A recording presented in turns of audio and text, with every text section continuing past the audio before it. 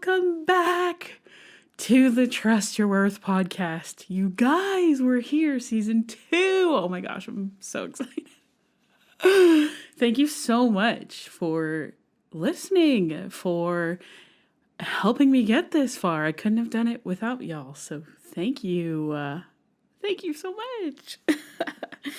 An exciting time. So, season 2, I'm so excited for the things that are coming up. I definitely, if you didn't know, I'm like a huge fan of movies. So along with book reviews, I'm going to be doing some movie reviews, but with the lens of characters recognizing their worth, because what a great example to have, right in front of you, to see people learning how to trust their worth, because that's what we're here for. We are here to tap in to the power of knowing your worth. So thank you so much for being here. If you haven't listened to any of my podcasts, welcome. Please do go check out season 1, especially episodes 1 and 2, because that really just tells you and gives you the tools to start learning how to recognize and trust your inherent worth, because you are always worthy. You always have been and you always will be. Nothing you do will change how worthy you are, how deserving you are of love. So that is basically the themes of what we do here. And again, I'm so excited to have you here. Let's get into today's episode, which, if you tapped in today, this is on finding out what you like. Because when you stop attaching your worth to places, people, or things, inevitably there can be this feeling of loss because you don't know where to get your worth from anymore. You don't know the rules of engagement, as it were. So, for example, if I dress to fit in, because that's where I get my worth from, I want people to be like, hey, you look so good today.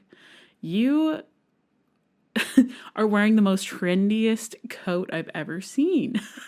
In contrast to dressing in your absolute favorite outfit, like today I chose to wear my power color. Everything's in pink because I just absolutely love pink.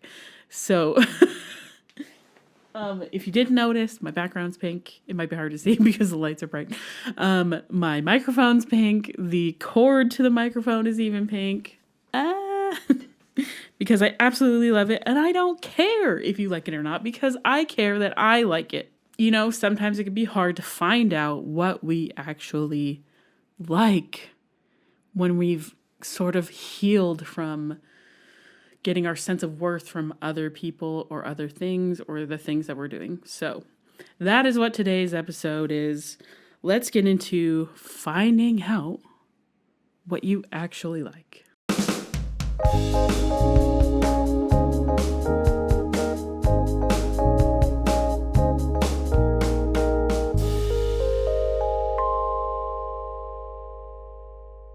So my girl, Mel Robbins, gave a masterclass on finding your passion. And she brings up this amazing point that passion, or your purpose, has been defined wrong almost by everyone. And what she means is that lots of people say, oh, I don't know what I'm doing. I want to find my passion. I want to find my purpose in this life. And basically what they're really saying is, I want to do a job that makes me happy, that I'm excited to wake up for, that I want to live for. I don't want to go to my 9 to 5 and grind it out and just hate it there. Like, it's so hard when you are in that type of life. Nothing wrong with a 9 to 5 lifestyle. If that's what your passion is, then amazing. Like, what an amazing opportunity to enjoy where you work. But I love what she says, that passion or your purpose is not a person or a place or a thing. Passion is the feeling of being expanded the feeling of being excited. What gets you so excited? You know what gets me excited? Doing this podcast. You know how I found it? Kind of by accident. Because I was trying new things. So I used to be wholeheartedly passionate about basketball. When I was growing up, my entire identity in life was playing basketball. From probably the age of like 8 years old to about 16, I was like, I'm going to the WNBA. That is my passion. I will be amazing at basketball. And I was okay. I wasn't bad. I was on the high school team. I got called up to provincials, but honestly, I was better at volleyball. But this was my passion. I genuinely believed, especially as a 14-year-old, when I met WNBA players for the first time, the Phoenix Mercury, my dream team. I was obsessed with them. I was born in Phoenix. I was like, yes, this will be my life. I'm just going to play basketball. And then when I got to college, because all growing up, basketball and volleyball really was my identity, I went through like this identity crisis because I tied my worth to how well I did in sports. And all of a sudden, I didn't have sports anymore. I didn't know what to do with myself. It was kind of fun at first, like the first couple months in the dorms. I was like, this is so fun. I can do whatever I want. I don't have any structure. I don't have to be up at 5 a.m. to work out every day. I don't have to like spend 4 hours in some sort of gym either working on my skills or like, training, getting as jacked as I could for my sport. So it opened up a lot of time and a lot of opportunity for me to discover what I actually liked again. So I got to focus on movie making. I got into film at Brigham Young University and honestly was not impressed by their program at all. It just didn't align with my energy at the time. I wasn't excited to go to film classes anymore. And I was like, what? Oh my gosh. And also my identity crisis with sports. So I was playing rec sports, but eventually I was able to find dancing and I got to live a whole, I don't know, like 5 years-ish of just dancing. A whole new life, a whole new passion that I knew I loved to dance and I was good at dancing, but this was like next level. Like we actually went on tour and stuff and it was such an exciting time. But as you can see, I went from passion to passion. I went from basketball to film, I thought, which nope, that didn't work out. So then I went to dancing, and academically wise, university was not for me. Like I love learning, but the structure of it, and I just thought if I wanted to do something, why aren't we doing it practically? Like my biggest issue with the film school at BYU was you didn't even touch a camera in your first year. What? We're learning how to make movies and we can't even touch a camera? Crazy. So I changed schools eventually, went down the road to Utah Valley University and actually got into the film program there. Excellent film program. Also thought if I was actually wanting film to be my career, I would have moved to LA ages ago. So I knew energetically wise, it wasn't for me. But the point I'm trying to make is that our passions change, and that's totally okay. Mel gives this example, like when you're kind of in your 20s and making money is your passion, so you do everything you can just to make money, doing all these random jobs, you get a 9-to-5, you have your side hustle, and you're just so excited to make money. But then you make your money goals. Let's say you become, a young millionaire, amazing. And again, it just feels like something's missing. It's like, oh, I've lost the passion for making money. It's not about that anymore. So you kind of have to find your passion again, either change careers completely, which I kind of did. And what I'm trying to do right now, actually, or find passion within the career that you're in. So if you're trying to find your passion or your purpose, the key is, does it excites you energetically? Are you energized by it? When you wake up in the morning, I'm so energized to get this going, to get my podcast going. And that's what I mean by like my passion has changed, because I did try the YouTuber thing. I thought my next career was back in film. I had a YouTube show. I did that, sort of lived that dream and was like, okay, it's done. Like, it's out of me creatively. Like, I don't really feel the need to be making movies narratively anymore. And I was just so enamored by YouTubers, but I wasn't artistic, and I was like, tried a bit. So I have another YouTube channel called Brit the Pineapple, and I collect Funkos, and I was doing like sort of video essays. But the key ingredient missing from that channel, and why I didn't continue doing it, was because there wasn't an element of feeling like I'm helping others. Because me at my core, I believe in two things really. I believe in fairness, and I have to serve others. Like, I don't feel like me unless I'm serving. Like, it's an essential part of my being. So when I created this podcast, I was able to kind of tap into that purpose, that I know that my purpose is to help others be happy. And especially within this podcast, my purpose, the thing that I get energized about, is helping others recognize their worth, helping others recognize that they matter. Oh, that's my dream, that you know how amazing and important, incredible and worthy you are just because you exist, because so many people don't know it.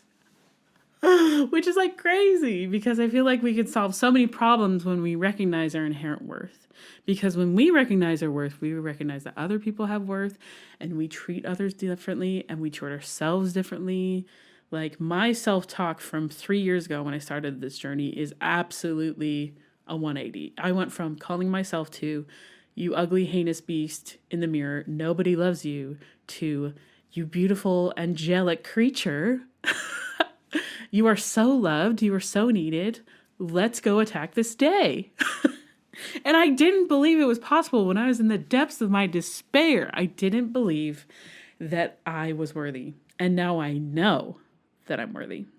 And that's what we're here for, to help you recognize your worth and come along with me on my own worth journey. Because as I do each episode, I'm learning something new every time about how I really can tap into my worth. So, as I was saying at the beginning, when you are in the depths of despair and you're living for others, all of a sudden, when you start living for yourself, it can be very confusing to figure out. Like, I remember saying, like, I don't even know what I want. I don't even know what I like anymore. I was doing everything that others liked to please them, and instead of pleasing myself. So I had to step back and reflect on what it is that I really wanted. So, first step 2, finding out what you actually like, is doing like a self-reflection. You're asking yourself these questions. What have I always been drawn to? So, for example, for me, I love sports. I love movies. I love music. I love to sing. And I love hanging out with my friends, right? There's a start. Question number 2, what excites me? What could you talk for hours about without even thinking? That you just like are so interested in it that if somebody brought up, for example, for me, if you were like, oh, I haven't seen Wicked. Excuse me? You haven't seen Wicked yet? Well, let me tell you why you should watch Wicked, because it brings me so much joy and I want to share that joy with you. I will convert you to the gospel of Wicked, so help me. What are you so excited about? What makes you happy? What brings you happiness the minute you think about doing it, that activity, or listening to whatever, or watching that show? What is it? An interesting question. This is also from Mel, which I thought was such a great question, is who am I jealous of So in your self-reflection, we've asked ourselves, what am I naturally drawn to? What excites me? And who am I jealous of? Because it's more honest when you're like, I'm afraid what people will think if I am honest about this thing. And if you, I think that's why I enjoy this question so much, because it's like, who am I jealous of? I don't want to tell you who I'm jealous of. I will. It's Drew Afualu. I want her life. I do. Because she's a Pacific Islander just living her truth, and she's helping others recognize their worth by sort of calling people to justice at the same time, but like she also gets to have so much fun doing it. And that's my dream career. She calls herself a clown on the internet. I want to be a clown on the internet. Even though I'm not as funny as her, I know my strengths and weaknesses. I can be funny, but like I haven't dedicated my time in life to like making this a funny space. I think I definitely want to bring more humor into this, because if you're not laughing through life, what are you doing? I dearly love to laugh, and I think we all should laugh every day because laughter is so healing. Anyways, I'm getting off topic, but yeah, I am modeling my new career, which is hopefully this podcast, after Juafualu a little bit, because I'm more on the side of, health and wellness. And while I know there's room for both, I'm more on that side, I guess you could say, of health and wellness. So I do have to be serious a bit more than Drew has to be. So who are you jealous of? A very interesting thing to ponder, because then it's like, okay, well, if she can do it, so can I. And I'm trying my darndest to make this podcast my career. I have no shame in saying that, because I really do believe that it can be helpful to people. And the more time I can dedicate to this purpose that I have, I think the more that I can be helpful and spread goodness. So I will be unapologetic about wanting this to be my career, because I also love doing this. And that's the next question. What would you do for free? I'm already doing this for free. I'm spending my money to do this because I enjoy it so much. I love gabbing about how people are the way that they are. It's so exciting to me. It's what makes me excited. So that's your next question. What would I do for free? So that's 4 questions you need to ask yourself to sort of get you started on this exercise of, okay, what do I actually like? And then your final step for all of this is to get out there and try things. Try it. Just do it. I'm picturing the scene in Runaway Bride when Julia Roberts sits in her kitchen and she's just so indecisive. She really has no idea who she is and what she wants. So she begins the process of figuring it out, because Richard Gere's character calls her out one time. It's like, you don't even know how you like eggs. So she sits in the kitchen and makes every type of egg. She scrambles them, she poaches them, she hard boils them, and she sets them all over her kitchen, and she sits there and she tries them all.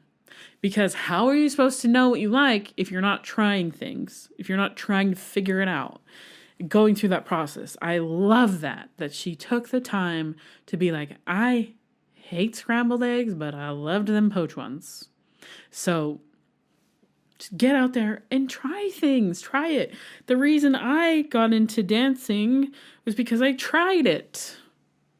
Especially Latin dancing. I made some friends. They're like, we're going Latin dancing. It's so fun. I'm like, I'm not going to take your word for it. I'm going to try it myself. Absolutely love it. I miss Latin dancing so much. Honestly, I'm going to go try Latin dancing. I'm going to go Latin dance again because I miss doing it. And the key to all this, when you're trying things, please don't make it about improving yourself, about your self-help. Like, okay, there can be an element in it, especially when it's something like I'm joining a gym to be fitter. That can be part of it, but like, try it. When you go there, do it for the sake of enjoyment, not for like, I'm doing this to better myself. Yeah, sure. But that's not the purpose. I'm here to figure out if I like doing it, if I enjoy this.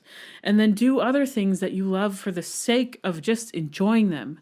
Like if you love to color, just color and enjoy coloring, not because you're like, I just need to wind down and I'm doing this to like have peace in my day. Those are great reasons, but also like at some point, please just enjoy who you are in this moment. Does that make sense? I hope that makes sense. I wish you could talk to me right now and tell me if I'm making sense, because sometimes I really don't know. But I hope you know that you are worthy as you are just right in this moment. And if you want to try coloring, or if you just want to knit or crochet because you love doing it, then please do it. If you just want to play the piano, not to learn a song, but just to like, I love playing the piano. I'm going to play the piano today because it's going to make me happy. And it's going to bring my energy up. We're looking for things that energize you, that are like, I am so excited to play the piano at the end of this day. And then you go do it, and then you had such a great time. So it's learning how to recognize things that energize you. That is the key. Does it bring you energy? Are you excited about it? Are you passionate about it? As in, it energized you to go and do it. And that really is the purpose of passion, and is the key to helping you find what you actually like. So let's recap. 1, remember your worth, that no matter what you're doing, it never changes. And then number 2, knowing this, follow the energy. When you are trying out new things, recognize what energizes you, what makes you excited, what brings you joy and happiness, and head in that direction. And if it doesn't work out, it doesn't work out. But I'm proud of you for trying it and for figuring out like, hey, that's all part of the process. That when we try things, we can know for sure if it's for me or if it's for not. Also, for example, for me, we all know I am not a hiker. I don't want to do it. Don't take me camping. I don't want to go unless I'm in a luxury motorhome with a shower and a bed, running water, and a toilet. I need those things to function camping. But if you get me on a beach, I will sleep on the beach with nothing, with a blanket. I love the beach, but I don't want to hike a mountain to get to that beach. No, thank you. No, gracias. And I know this because I've tried it, because I've gone on hikes and they weren't very enjoyable for me. And that's just how it is. No offense to anybody who loves hiking. I love that for you. And I hope that you enjoy it. But I didn't know until I tried. Okay, my dearest, lovable peeps, my worth workers. Your worth work this week is to do the thought exercise. So you're asking yourself the 4 questions. Let me just look at them. What am I naturally drawn to? What excites me? Who am I jealous of? And what would I do for free? Ask yourself those 4 questions. Make a list. And then step 5, I want you to try one thing. One thing. It doesn't necessarily have to be new. It could be something you already thought you loved, but maybe you're just not passionate about it anymore. And that's totally fine too. But try one thing this week that will help you figure out if you like it or not. And after you try it, either add it to your life or get rid of it. Don't carry old baggage around, okay? I hope you have such a great time trying out this worth work. Thank you so much for listening. If you want to share with me what's going on in your worth journey, you can find me at Trust Your Worth Podcast on Instagram or at www.trustyourworth.com. There is a contact page. I would love to hear from you. Please let me know what's going on in your worth journeys. And yes, thank you so much for listening. If no one has told you today, you are so worthy. You are so beautiful. And I just want you to know that. And don't forget to trust your worth. Okay, thanks so much for listening. Have a great day. Love you. Bye.